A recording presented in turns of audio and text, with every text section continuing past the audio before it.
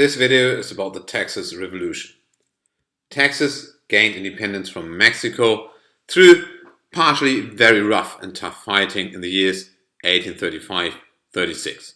To mention is Stephen F. Austin, normally called the father of Texas, and also Sam Houston, the military commander of the Texan forces.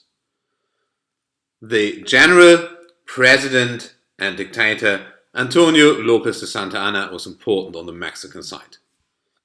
Mexico gained independence from Spain in 1821 and was then a decentralized confederation of states. These states had strong militias, and these militias were welcomed because there was a constant threat of Indian attacks. In Texas, there was a mass immigration going on coming from the United States, and by 1834 there were more than 30,000 Texans, meaning Texans with a US background. On the other hand, we had less than 8,000 Mexicans. The Texans were looking for more self-determination, not independence from Mexico, but more self-determination within the Mexican Confederation. However, Santa Anna became Mexican president, made himself dictator relatively quickly in 1833. He transformed Mexico into a centralized state with very restrictive laws, especially economic laws. And of course, there you can see the Texan ideas and Santa Anna's ideas, they must definitely clash. Anyway, in Santa Anna's logic, it was clear he had to disarm the militias. Tasked with this in Texas were 100 dragoons who should secure a Texan cannon. The Texans said, "No way, Jose," and they fought back and won the Battle of Gonzales. The Texas Revolution had started. Furthermore, the Texans were successful near the Gulf Coast. They won several smaller battles. It did not look too bad. The Texans laid siege on Bexar, but the siege on Bexar was in the end successful, but I made clear the Texan army of volunteers lacked discipline and other military skills.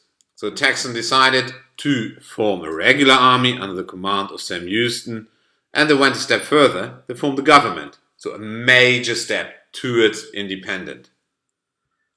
Of course, that was not alright for Santa Anna, and he marched north with a strong Mexican army.